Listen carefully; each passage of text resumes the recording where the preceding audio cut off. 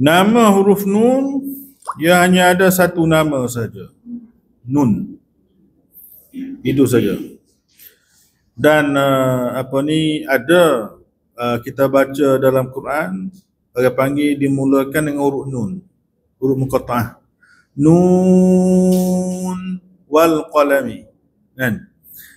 Jadi bila kita bariskan nun tu, nun waw nun, dan dia akan jadi hukum mak lazim nun waw nun.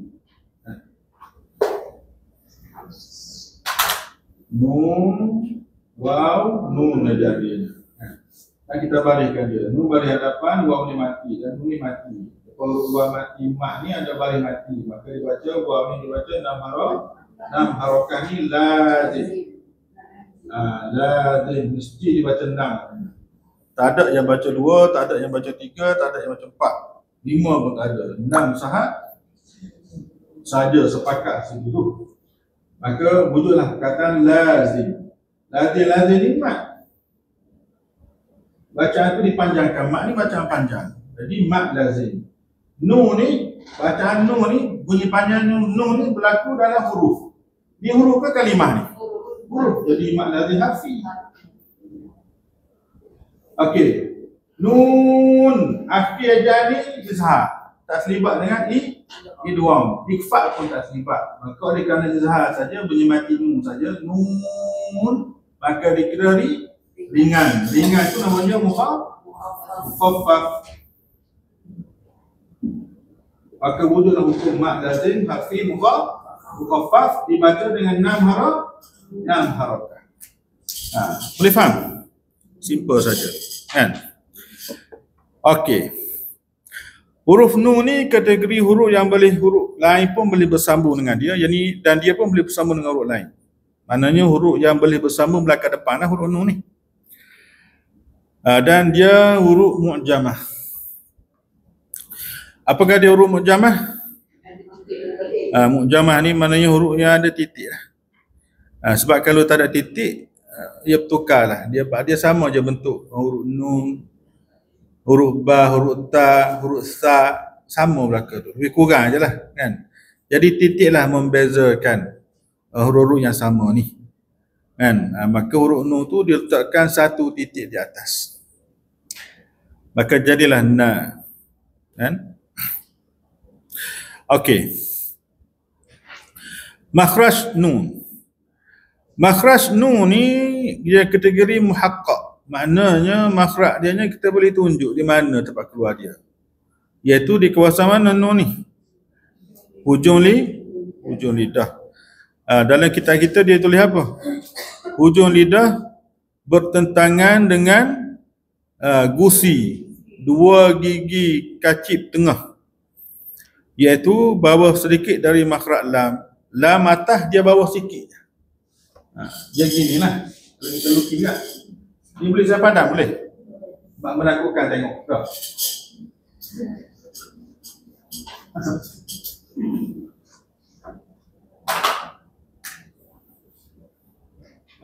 Ni hujung langit, ni gusi. Ni gigi. Lidah ni mari sini lah. Tekan sini. Bawah sikit makhraj lam. Lam di atas. Lam sini. Dia baunya dekat-dekat. Lam sini dia sini. Lebih kurang gitulah, kan? Nah. Cuba sebut an. Okey. Ni kursi. Kalau gambar rajah kita tadi biasa dia buat sterik lah. Itu gigi tu. Gigi tu, kan? Dia buat sterik. Kau ginilah pakai gigi tu lah. Tekan sini. Okey, ni gigi. Kononnya gigi lah ni, kan? Okey. Bawah sikit. Lam, atas dia bawah. An. Cuba. Okey. Bila kita nak sebut nu tu ingat, dia sama dengan mim minggu lepas. Dia ada mukammal, ada mukammil. Dia ada suara keluar ikut mulut dan ada suara keluar ikut hidung. Yang ni dalam keadaan macam mana sekalipun, dia berada di atas ke, di bawah ke, di hadapan ke, hatta tanah sukun sekalipun kena ada bunyi di hidung tu. Cuma kadar bunyi di hidung tu mengikut keadaan nun tu sendirilah.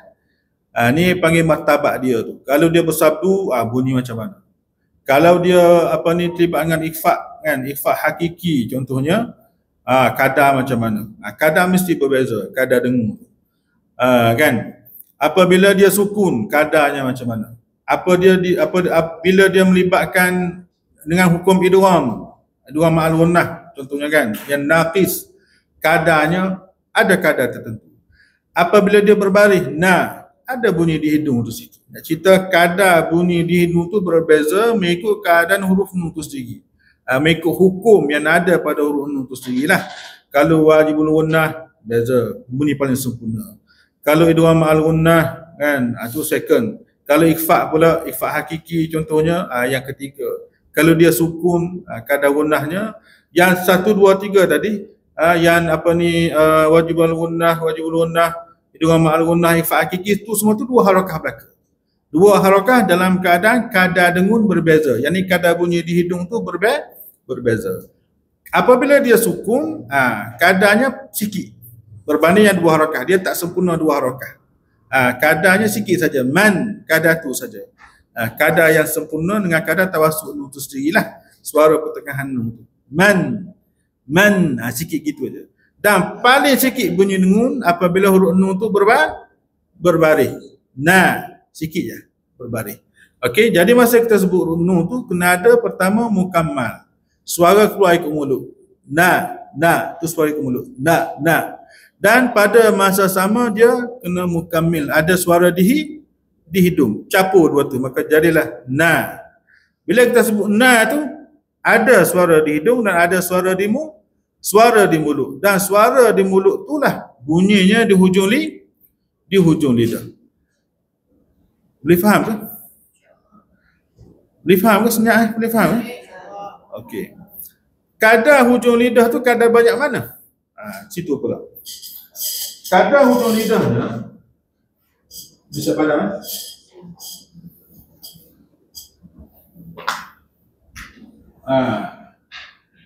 Ni gigi kacik atas, 2 gigi kacik. Kononnya ni gigi lah kan. Yang ni gigi seri, gigi kacik tepi. Yang ni gigi kacik depan, ni apa ni gigi seri, gigi kacik tepi. Kalau orang tak ada gigi ni memang buruk dah pernah mulut dia. Yang ni gigi taring. Ni gigi taring. Gigi taring. Okey, jadi lidah yang terlibat daripada sini aja. Kawasan ni saja. Ini lidah kita mana ni lah. Kan? Ni adalah gigi geraham, gigi seterusnya lah kan. Cuba. Dan ni lidah kita tu kena menepati kedudukan enam gigi ni lah kurangnya. Anna, inna. Yang ni ini sebenarnya bila saya telukis besar, ada orang gigi besar macam ni, ada mulut macam ni. Ni mulut kerbau ni, kambing ni kan. Mulut kita ni kecil je. Maknanya sikit lah.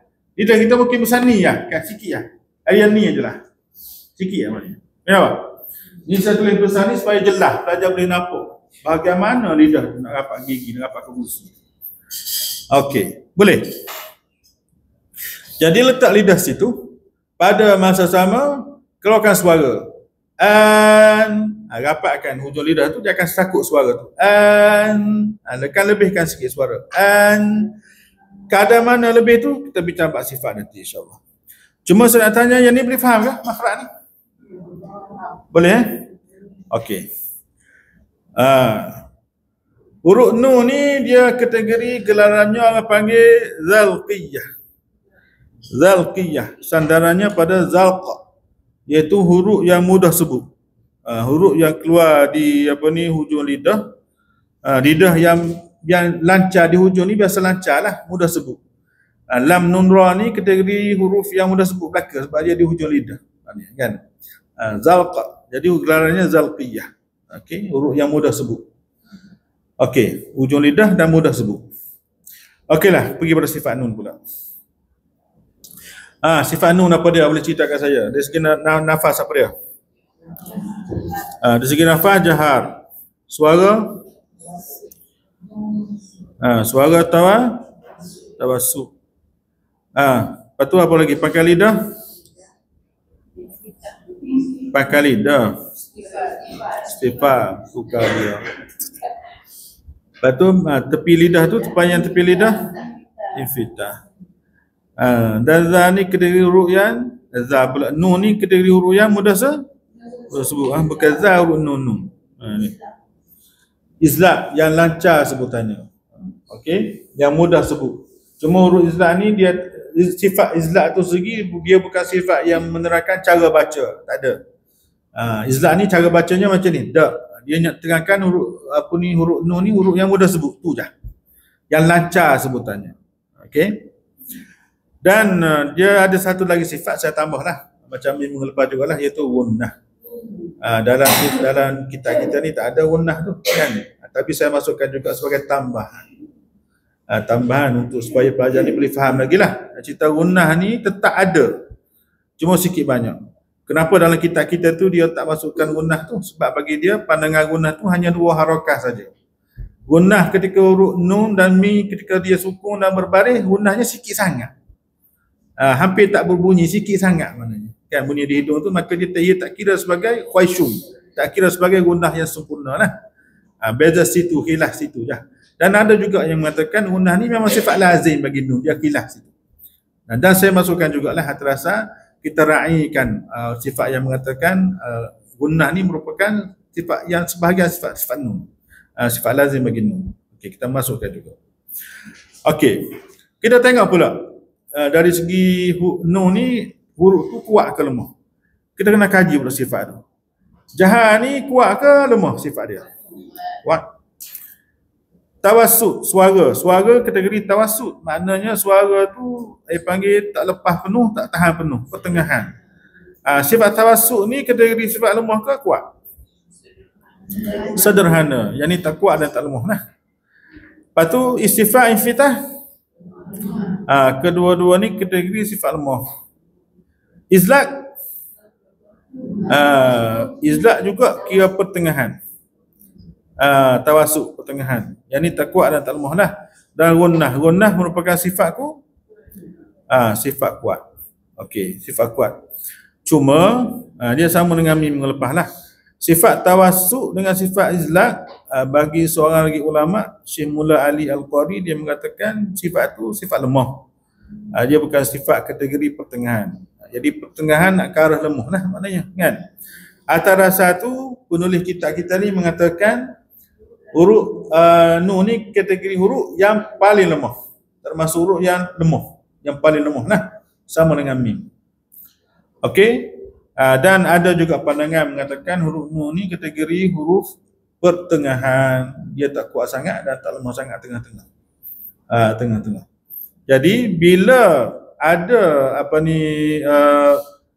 sifatnya, maknanya huruf ni kategori yang pertengahan ataupun lemah, masa kita tekan hujung lidah ke gusi tu, tekan dalam keadaan tekanan yang lemah lah, yang pertengahan. Yang ni bukan kuat sampai putus suara. Jangan jangan gitu. Jangan gitu. Dia lebih sikit suara. Lebih sikit suara. Man amana, jangan baca man amana. Itu tekan kuat tu. Man, jangan. Yang lemah sikit. Man, lembek sikit, lemahkan sikit. Lidah tu lembutkan sikit. Man amana. Itu kena ingat. Yang ni kadar yang lemah ke pertengahan. Bukannya lemah sampai kuat. Dia bila panggil apa? Dia hanya lemah dan pertengahan saja. Dua tu je yang kita pilih. Yang mana dua-duanya tak kuat. Pertengahan pun tak kuat. Lemah tu memang lemah lah, memang tak kuat. Jadi kesimpulannya masa sebut nun tu tekanan lidah jangan kuat. Sampai putus suara. Mana? Jangan bunyi gitu. Kalau kita baca gitu, maka bunyi nun tu tak sempurna. Mesti kena ada tawassut. Okey, bila kita tekan tu tak kuat, tekanan yang lemah pada makhraj tu, maka automatik suara pun keluar sikit. Ia akan keluar sikit. Keluar sikit itulah dia panggil tawassut, dan itulah sebutan bunyi nun. Bunyi nun. Cuma Kadar tawasuk ketika dia sukun dan berbaris itu sama dengan mim lah. Dia maknanya tak, dia berbeza. Na, tak ada orang baca na, tak ada kan? Na kan? Apa ni? Innallazina, ada gitu. Innallazina amanu, tak ada. Innallazina, kadar tu saja. Na, dalam na tu dah ada tawasuk dengan kadar ketika dia berbaris. Dan bila dia mati, man, barulah jelas sikit tawasuknya. Man aman. Beza situlah. Masing-masing ada tawasuk belaka ketika sukun dah berbaris. Cuma keadaannya berbeza. Tawasuk tetap ada.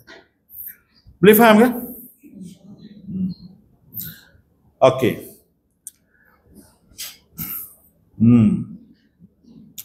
Kesalahan sebut huruf nun.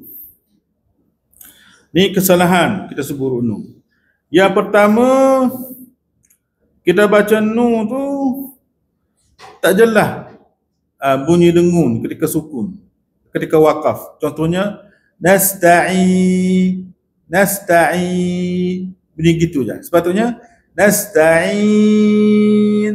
Kena ada tawasuk bunyi di hidung sikit, kena ada tu. In. Dan kita baca tu jangan bunyi nun tu awal. Nasta'in. Tu bunyi di hidung awal-awal. Bunyi ya tu di hidung dah bunyi. Nasta'in. Tak kena. Ni kena ada beza. Nasta'i. Bunyi mak tu di mulut. Rongga al-jawf. Nasta'i. Bila habis 6 harakah, 4 harakah, 2 harakah, barulah bunyi nun. Di hujung lidah dan di hidung. Nasta'in. Naik hujung lidah pergi ke gusi tu. Dalam keadaan bunyi mati situ dan bunyi di hidung. Nasta'in. Cuba. Kena latih. Jangan duduk nasta'in. Di hidung belaka. Nas hidung dah. Sin pun di hidung juga. Nasta'in. Ain pun di hidung. Nasta'in. Hidung belaka. Bila cakap tu bunyi di hidung pun kan. Lain lah kalau cakap apa bunyi di hidung kan. Saya tak suka lah. Tu lain kan. Masa cakap okey. Tu kena jaga. Nasta'in. Itu antara kesalahannya. Tak bunyi. Tak bunyi di hidung, tak bunyi gunnah masa dia sukun. Nasta'in. Bunyi di hujung lidah saja ataupun tak bunyi langsung. Nasta'in. Gitu je. Itu antara kesalahan. Okey, yang kedua, terlebih dengung pula. Macam-macam dah salah. Nasta'in. Tarik panjang sampai 2 harakah. Tak kena. Kalau dia sukun lah, kita wakaf dengan sukun biasa. Tapi kalau dia wakaf dengan wajibul gunnah atau wajibul gunnah, minhun, tu kena kekal dengan 2 harakah. Selain pada tu, yang sukun biasa, janganlah nasta'in. Jangan tarik panjang dengung tu. Dia sikit je. Kadar suara lebih sikit je tawasuk tu. Nasta'in. Tu je kadarnya. Kadar tawasuk dalam keadaan jelas bunyi mati nun. In. Itu jelasnya. Jelas mati tu kita tahu. Orang dengar tu tahu nun ni mati. Kalau nasta'in tak jelas mati tu kan. Ataupun nasta'in mati ke gunnah ni. Jadi keliru. Dia dengan kadar biar jelas, biar izhar. Itu dia mana izhar tu. Kan? Jelas kan? Baca hukum izhar halqi. Man amana. Man. Jelas bunyi mati tu. Man amana. Kalau kita baca man amana, kita tarik panjang mati tu. Man amana. Maka dia akan keliru dengan bunyi dengung 2 harakah. Man amana. Jadi keliru. Jadi tak jelas. Bila keliru tu tak jelas lah. Nun tu dengung ke sukun? Tu. Dengung ke izhar? Ikhfa ke izhar? Awak terkeliru situ. Sedangkan situ kena izhar, sedangkan situ kena izhar. Yang panggil izhar halqi. Man amana. Maksud izhar tu kena jelas bunyi mati nun. Itu kena faham. Boleh faham ke? Senyap ya pegang ni. Ya. Okey. Yang kedua, yang ketiga. jangan ada lantunan ketika sukun. Ni ambil Fatihah jugalah. Ana amta. Ana. Kalau ayat mana amana, mana bunyi na, mana, mana. Bila bunyi melantung tu, kenapa bunyi melantung tu? Sebab kita tak sempurna sebut nun tu sukun lah dari segi sifat dia. Kita tak sempurna sifat nun tu, sifat suara nun tu. Dia sepatutnya bila habis suara dulu, man, biar sempurna tawassut suara nun tu. Man, barulah sebut huruf lain. An, biar habis an baru sebut Isunya bunyi melantung tu kenapa? Sebab suara tawassut nun tu belum habis lagi. Kita dah gopoh sebut kita nak turun. Belum habis lagi nun tu. Kita nak sebut dah. Dia akan jadi melantung. Man mana sepatutnya kan. Nun tu belum habis lagi. Man kita dah gopoh sebut Bila kita bergerak nak sebut tu dalam keadaan suara nun tu belum habis lagi, maka dia akan bunyi melantung. Tawalluk lah yang panggil. Mana jadi gitu. Mana mana. Yang ni kita gopoh. Sebab tu kena jaga. Man dan kita sempurna bunyi nun mati, suara jelas mati tu sempurnanya ialah touch and go. Jangan lama sangat. An amta tu lama sangat tu. An amta ada senggang. Man mana ada senggang. Dia man gitu. Ni kena latih. Man amana an'amta tu kena latih. Jangan an'amta ana tu mana nun tu tak sempurna lagi tu. Kita dah gopoh turun lidah tu nak sebut huruf ain. Bila kita turun bila kita rapat lidah di ujung gusi tu, ujung lidah tu rapat di gusi. Bila suara nun tu belum habis lagi, kita dah turun lidah. Nak sebut ain ni dipakai di tengah hakul. Anak bila kita turun cepat tu maka akan bunyi melantung ataupun tawaduk. Itu puncanya. Jadi pelajar kena jaga. Jadi kena tartil tu kena jelas situ tu. Jadi kena susunan sebutan tu biar sempurna satu-satu. Barulah kita pindah ke huruf selepasnya. Janganlah belum sempurna kita gopoh. Kita ni gopoh belaka kan. Makan nasi pun gopoh kan. Ambil lauk ayam daging penuh mulut kan. Jadi kena relax. Boleh faham kan? Saya urus ni dekat pelajar senyap tak faham. Kau tak faham cakap. Apa dia?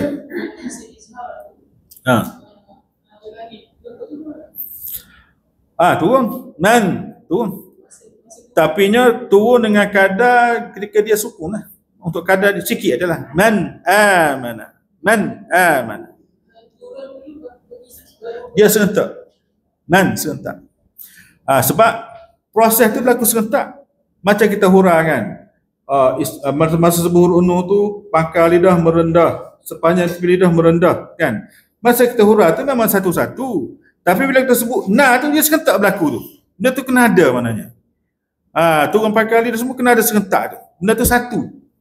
Benda tu satu. Cuma bila kita nak hurai kan, Ustaz Nazar tangan kanan 8 inci panjang. Ini orang satu-satu dah kan. Ustaz Nazar tangan kiri 8 inci panjang. Mata kiri lebih besar daripada mata kanan contohnya kan. Itu sifat saya satu-satu. Bila bergabungkan, campur sekali tangan saya dengan muka sekali, itulah saya. Kenapa? Dia gitu. Bila kita hurai, kita mengajar, kena hurai satu-satu. Perut Ustaz Nazar ni, dia besar sikit kan. 8 kilo dah lemuk kat perut tu. Contoh. Satu-satu. Tapi hakikatnya benda tu satu sahaja. Kena ada beza tu. Jadi masa na tu dia serentak. Itu keadaannya. Ada juga kes didahulukan tapi dalam keadaan tertentu lah. Sebagai contoh yang melibatkan hamas. Macam mit tahan suara tu. Lepas tu baru lepas nafas. Mit. Dia bukan serentak. Kalau serentak lepas tahan suara lepas nafas, macam mana tak jadi. Mit. Ada juga kes macam tu. Spesifik gitu ada jugalah kan. Jadi huraian tu kena jelas lah. Dan bila kita sebut ta atau serentak tu lepas nafas pada masa sama tahan suara. Ta menyebabkan nafas tu jadi keluar sikit. Dia beza gitu je. Hakikatnya semuanya satu. Boleh faham ke? Okey. Ada lagi nak tanya? Kalau tanya boleh, tapi kalau saya boleh jawab, saya jawablah. Kalau tak boleh jawab, saya tak boleh jawab. Itu je lah. Okey.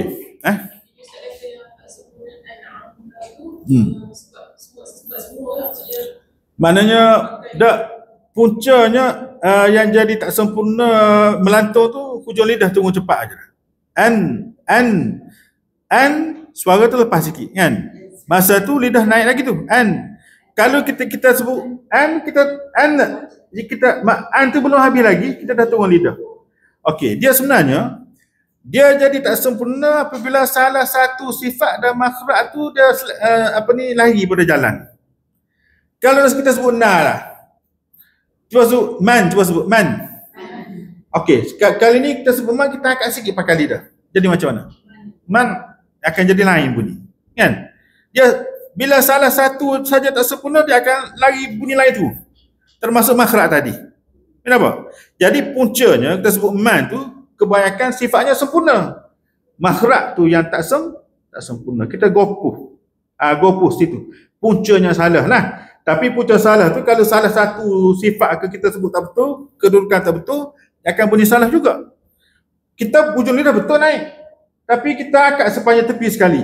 Masa sebut man tadi. Man kita angkat sepanjang tepi sekali. Yang ni kita buat itibak sekali. Akan jadi macam mana? Mau akan menjadi gitulah. Kenapa? Jadi yang jadi khusus untuk hukum izah halki tu kebanyakannya salah sebab dia gopuh turun lidah. Itu saja puncanya. Dalam keadaan sifat lain tu betul. Cuma kalau sifat lain pada masa tu dia sebut salah, bunyi lain juga. Lidah betul, turun lambat tapi angkat pakai lidah. Tak kena juga bunyinya. Kan? Boleh faham situ? Boleh? Okey, ada soalan lagi? Okey, kena faham betul-betul tu. Itulah antara kesalahan, banyak lagi sebenarnya antara kesalahan lah. Yang ketara lah. Jadi kena jaga, pastikan tak bunyi melantung, tak bunyi tawaduk apa semua, dan pastikan sebutan nun tu sempurna, terutama bila dia mati. Sempurna sifat dan makhraj, barulah pergi kepada huruf lain dalam keadaan tiada bunyi lain, tiada bunyi saktah, tiada wujud hukum lain. Saktah tu apakah dia touch and go. Man amana, kan contohnya gitulah. Okey. Apabila nun mati bertemu dengan huruf nun, hukum apa? Nun mati bertemu dengan nun, idgham alun. Lan nadkhulaha.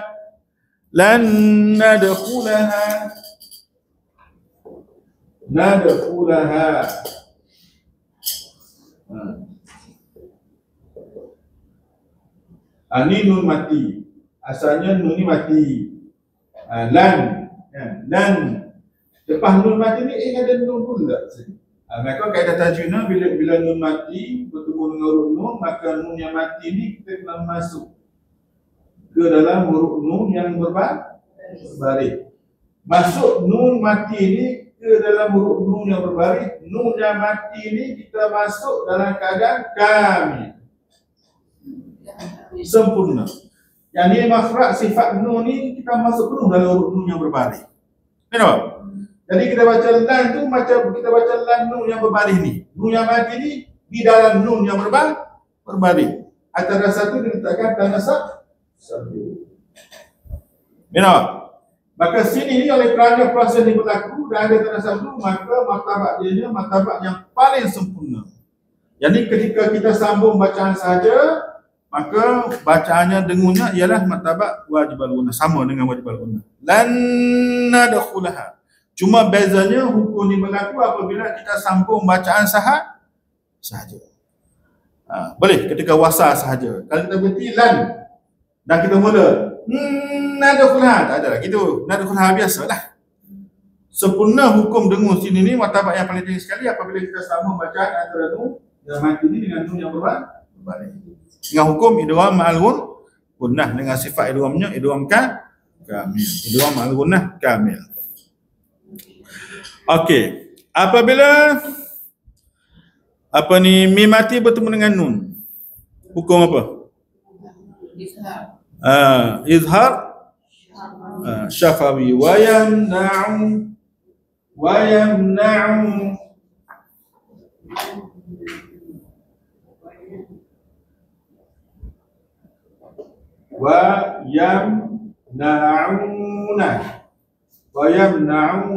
Okey, ni mim mati bertemu dengan nun lah kan.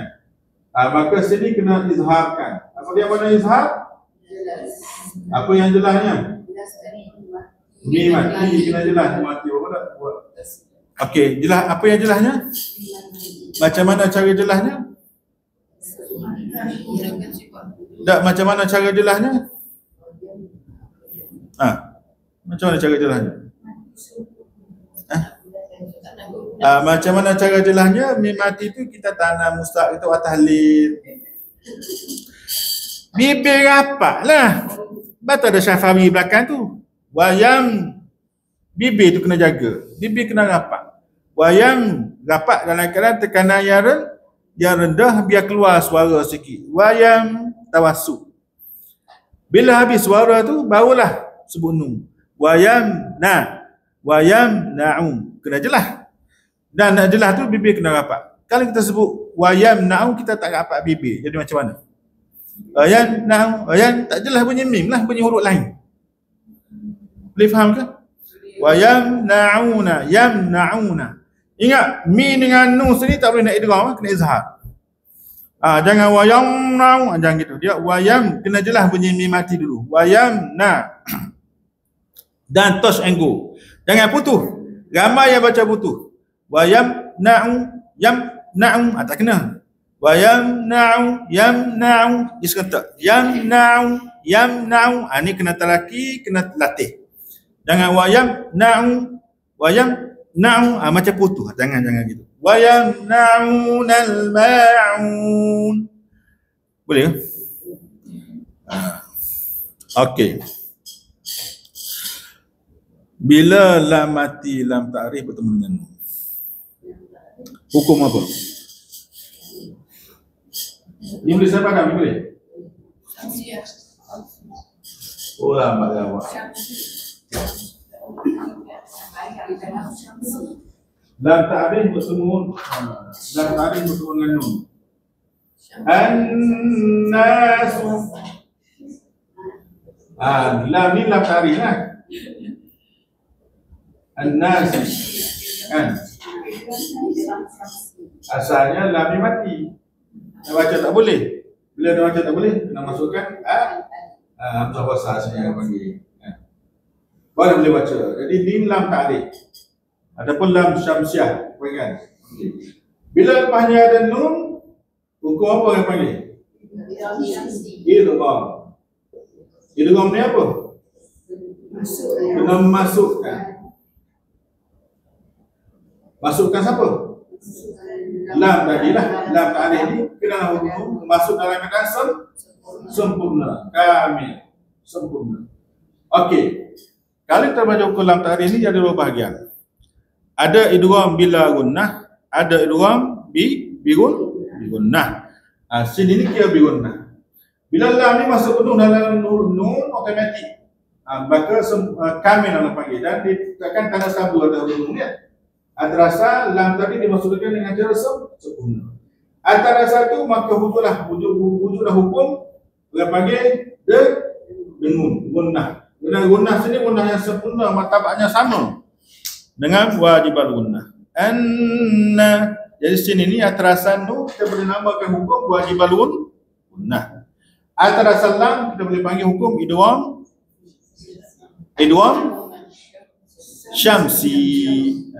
Lam syamsiah ataupun idgham syamsi. Jadi sini kalau kita nak kata wajibul gunnah atas dasar selepas berlaku idgham. Kenapa? Kalau asalnya kalau lah tak ada lam sini. Tak ada tu. Tak ada kan? Sebab itulah dalam konteks ni kita lebih cenderung kepada hukum idgham syamsi dengan idgham kamil dan gunnah yang sempurna. Okey? Jadi bila ada lam ta'rif tu hukum khusus dia situlah lam ta'rif. Jadi panggil dengan syamsi lebih utamalah, maknanya akan lebih tepat. Tapi kalau kita kata wajibal gunnah pun betul juga. Sama juga kita kata macam nun mati bertemu dengan nun. Nun mati bertemu dengan nun macam lan nadkhulaha tadi kan. Kalau dia panggil hukum apa? Idgham ma'al-gunnah kan? Lan nadkhulaha tadi kan? Idgham ma'al-gunnah. Lan nadkhulaha. Ini. Idgham ma'al-gunnah. Tapi kalau kita kata idgham mutamatsilain boleh kan? Tak salah pun. Cuma hukum khususiyah dia tu idgham ma'al-gunnah kerana dia melibatkan nun mati. Bila nun mati tu ada hukum khususiyah dia itulah. Cuma kalau kita kata idgham mutamatsilain, dia ada dua pula lah. Kalau kita nak kata dalam konteks ni, mutamatsilan bila gunnah, mutamatsilan bi gunnah. Jadi kena tambah idgham mutamatsilan bi gunnah. Kena sebut gunnah tu. Sebab dia ada satu lagi mutamatsilan yang bila gunnah. Sebagai contoh, bi asaka. Ba mati ni bertemu dengan ba. Ini ada nun tak? Sama ni ba bertemu dengan ba, nun bertemu dengan nun, sama kan? Tapi yang ni ada, yang ni tak ada. Nama kita bila ada bunyi beza sikit, maka nama pun berbeza supaya kita jelas, tak keliru. Kenapa? Sama dalam konteks ni. Okey? Boleh dia kata wajib al-gunnah adrasan nun sabdu tu. Tapi punca ada sabdu tu adrasan lam tadi. Kita masuk penuh dalam huruf nun. Jadi kita utamakan hukum khususiah dia lah, iaitu idgham syamsi. Okey, idgham syamsi ma'al gunnah pun betul juga, tak ada masalah. Okey.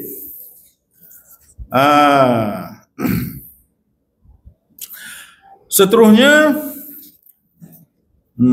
huruf nun bersabdu. Huruf nun tu bersabdu. Inna. Ini famous lah kan. Ini hukum apa yang bagi bila nun sabdu?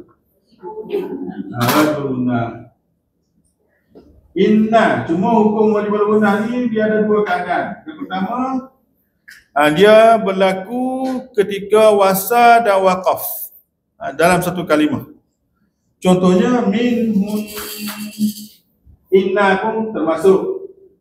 Min hunna pun termasuk. Hunna. Bila nun ni bersabdu dalam satu kalimah macam ni, ketika wasal dan waqaf kena kekal dua harakah lah. Ini untuk orang awam dua harakah lah kita kata tadi kan. Dengan kadar tertentu maknanya. Kadar yang tertentu dua harakah. Minhun dua harakah. Sama ada wasal ataupun waqaf. Dan satu keadaan lagi hanya berlaku ketika wasal sahaja. Bila? Masa ni lah. Dan dalam kulahan. Ketika wasal, yang ini dia melibatkan dua perkataan, bukannya satu kalimah. Bila dua perkataan macam ni, berlaku wajib al-gunnah tu ketika wasal sahaja, tidak ketika waqaf. Lan nadkhulaha sekiranya dalam dua kalimah. Min ni'matin. Satu lagi. Min ni'matin. Ini dalam dua kalimah. Nun mati, depannya ada nun berbalik. Dalam dua kalimah sini kan. Maka sini berlakulah hukum wajib al-gunnah ketika kita sambung bacaan saja. Okay, kalau kita berhenti min, kadar mati adalah min, kadar sukun adalah kan.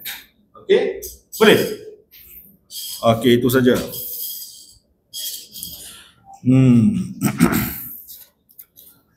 Okey. Dan nun mati ni pula ni tambahan ajalah, tambahan saja. Terlibat juga dengan tanwin. Tanwin ni apakah dia mana tanwin? Tanwin ni ialah suara. Lafaz suara nun mati yang terdapat di akhir kata nama pada kalimah isim lah. Kan? Tanwin ni hanya ada pada kata nama saja dalam bahasa Arab. Ia tak ada pada fi'il. Hanya ada pada kata nama, tanwin. Baris dua. Dalam baris dua ni ada nun. Ada nun lah. Dia sama. Sebab nun mati tanwin tu dia kira satu hukum. Dia sekalikan hukum. Sebab dalam tanwin tu dia kaedahnya ada nun. Contohnya karama.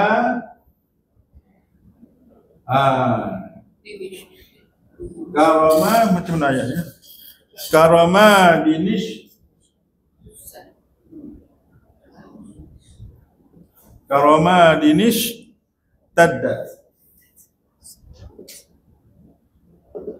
Ishin. Tadda. Okay. Ini satu. Ini dini, dibaca dini sini. Apabila lepas balik dua ni ada apa ni huruf yang besar, huruf yang tak ada sukun. Okey. Ada sama lah. Dini ni sama dengan gini bunyi dia. Karama dini. Okey. Tadda. Okey. Karama dini sekadar dia panggil iltiqa sakinain namanya. Iltiqa sakinain. Okey, bertemu dua huruf yang sukun mana? Bertemu dua huruf yang sukun. Kalau kita kekalkan nun ni, karamadin, atau ada syin mati sini. Boleh baca tak? Karamadin boleh. Kita hidupkan nun dalam tanwin. Nun dalam tanwin ni kalau ulama dulu, kalau kita dululah. Dia kata nun ziyadah. Nun ziyadah, nun iwad. Lepas tu ada orang kata ni bukan nun ziyadah tu tak timbul. Ni panggil hukum dia bila iltiqa sakinain ni, bila bertemu dua huruf mati. Itu aja. Tak melibatkan wujud hukum nun ziyadah apa semua. Cuma saya bertemu dengan satu kata-kata ulama lah. Kata-kata ulama tu ialah Syekh Sahib Al-Salsabi Al-Syafi'i. Ada dalam kitab kita tu. Dia kata apa? Walakin tanwinu nun sakinatu zaidatu. Apabila tanwin iaitu nun sakinah.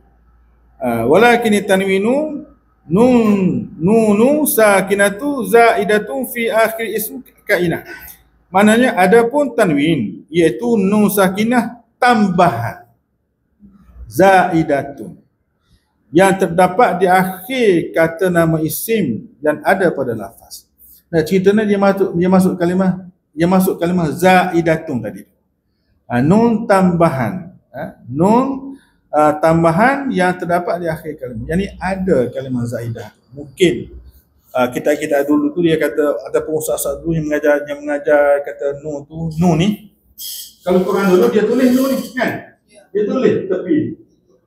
Dia tulis kalau Quran yang lama-lama dulu kan. Jadi nun ni orang tanya, bila ada orang tanya. Kan? Nun apa ni ustaz? Bila orang tanya tu macam-macam. Nun ziyadah lah, nun iwak lah, macam-macam kan. Yang saya jumpanya ziyadah tu ada.